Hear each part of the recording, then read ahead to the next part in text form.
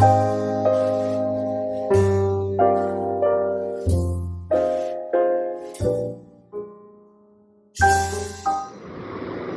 everyone. Today I am discussing about asymptotic notations in detail. In the previous lecture we have seen that there are three types of asymptotic notation: big O, big omega and theta. And we have some general discussion taking into consideration our linear search. How in linear search these three notations will be represented. So guys, one thing, why we need these kind of notations? We need notation to representation, for the representation of running time. Example, if I just ask you, okay, what I have written, so this is just 17. What does it mean? I don't know. Now when I write along with this km, kilometer, everyone will understand I am talking about distance. Now similarly, to represent running time, when someone represents the value of n along with one of the notation, one of the asymptotic notation, we do understand in computers, okay, we are discussing about the running time of an algorithm. So this is a very small example. Why we need it? Okay, so we are clear about asymptotic notation. It is a mathematical way of representing the running time of any algorithm. Now these are the three asymptotic notation. So coming to the first one, that is big O notation. Big O notation is used to represent the worst case of an algorithm. Now what do you mean by big O? Your big O notation, it is used to describe, in this case, your function CGN. It will always define the upper bound for function Fn. So in this case, your function CGN will define an uppercase for function Fn. So what is Fn here? Think about Fn to be any problem. Okay, so we said, okay, this is a problem, this is the upper bound for that problem. So now let us take any example, okay, maybe it will clear you more. So supposingly we have a function which is 5n square plus n. I have to show the upper bound CGN also. So how we write it? Okay, I wanted Fn. If you look at here, Fn, it is either less than or equal to CGN. So less than or equal to C of G of n. Where C is what? C is a constant. And in this case, the value of C, it must be greater than 0. And if you look at your graph, there is an n naught. Okay, so I said, okay, after this input, your function gn will have more value than fn, because previously it might have more or less value. So after this point, this function will always have a upper bound, always have a greater value. So in this case, I can say your n should be either greater than or equal to n naught. And the value of n naught, it should be greater than or equal to 0. Because we already know input can be 0 or more than 0. We have seen it in characteristics of algorithm. Now look at this. I said fn square. Now put this function, okay, inside this equation 1. Fn square plus n, it is less than or equal to C of some function. So here C of some function means I have to write an upper bound here. So if you look at this equation, n is what? Linear. N square is what? It is a quadratic expression. So which one is higher? N square is higher. So my function, it will be either n square or greater than the value of n square. It can be n cube, 2 raised to the power n, n log n. So any complexity which is greater than this. So here it will come to be n square. Now this C, what should be the value of C? So if you put here 5 I do understand this is 5n square, this is 5n square, but plus n is also there, but still it means this value is still greater than your fn square, 5n square. So it means this value needs to be greater than that. So if I put here 6 of n square. So now you just shift your fn that side. So it will be n less than or equal to 6n square minus 5n square. So what it will give you? n square.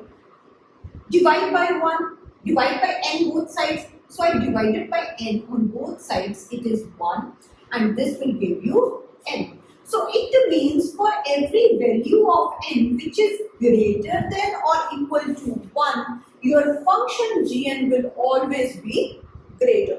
Okay. So for this problem fn square plus n, one thing we need to find out the function gn and another thing we need to find out constant. Gn we do understand. Okay, if I have something like this, we have to take the upper value n square. It can be n cube also. But while you calculate this thing, keep in mind that we are finding upper bound, that should be least upper bound. Okay, so in worst case, we do find upper bound, it should be the least upper bound. So this is very important point. Now the constant value I said put it 6. If you put it 7, again it will be valid 8, 9, 10. So for any value of n that should be greater than or equal to 1, it will work.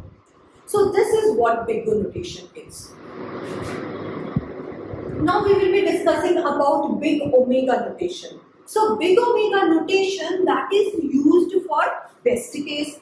Now if you look at this example, if you look at this graph, if you see, if fn is any problem, your function cg of n, it will define a lower bound for your function. So your function gn, it defines a lower bound for this function, lower bound for function fn. Now how to represent this kind of graph, how to represent this kind of problem? So if you look at here, after n naught, the function cgn always is lower bound to fn.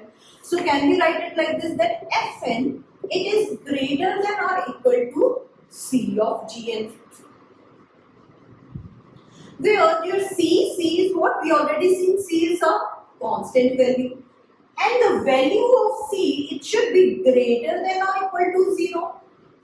And the value of n, it should be greater than or equal to n naught. And the value of n naught, it should be greater than or equal to 0. Either 0 input or more than that well-defined input. Now consider the function fn of our previous example. I said fn is 5n square plus n. It is greater than equal to c of gn.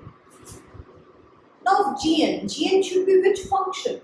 It should be a function whose value will be either same or it should be less than that. So which is the bigger value here? If I look at here, so n square, it should be a function of n square. It can be less than n square. It can be n also. It can be log n also.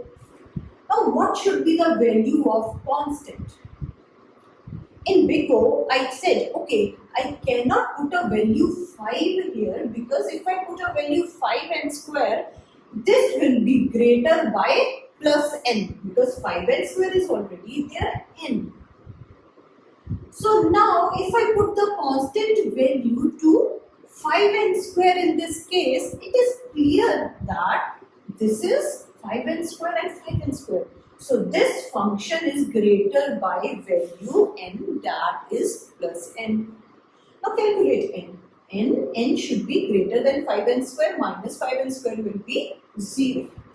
So for any value of n that is greater than or equal to 0, your function fn, it will be always greater and gn will define the lower bound. So your omega notation, it is used to represent the lower bound. What type of lower bound? Maximum lower bound. maximum value of lower bound we try to find out. Here this is 5n square is the maximum value of lower bound. Thus lower bound can decrease later also, again and again. So it can be 5n, it can be 4n square, it can be 3n square, it can be 3n also. So every equation will satisfy that. But this is what? This is maximum lower bound. So this is your big O omega notation. Now the third asymptotic notation is theta notation. It will calculate the average time complexity. In case of linear set, it comes to be n by 2 in between. Okay. So if there is my problem fn, so your theta notation, it will define an upper bound as well as a lower bound to that notation. So if you look at this example, if you look at this graph, it's clear. Okay, I have a function fn whose value is greater than or equal to C2 of Gn, and its value is less than or equal to C1 of Gn. Where C1 and C2 are the two constants and its value should be greater than 0. Value of n, it should be greater than or equal to n0, and n0 value should be greater than or equal to 0. Now, if we take the same example, I said my function is fn square plus n. So the value, this is greater, C2 of Gn. So for which value it should be greater? 5n square. And the upper bound, if we see the upper bound in the previous case, the maximum upper bound came to be n square for some different values of n. So this is all about these three kind of notation, that is big O notation, big omega notation and theta notation. Okay, so these are the three main notation. There are two more notation. One is little o and one is little omega.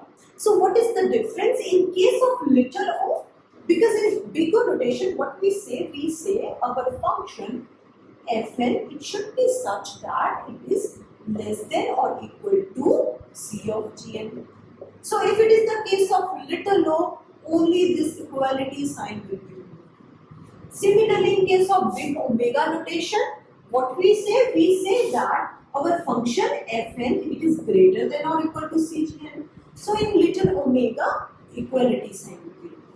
Okay, so this is all about asymptotic notations. If you like my video, kindly like and subscribe it. Press bell icon to receive notification. Thank you.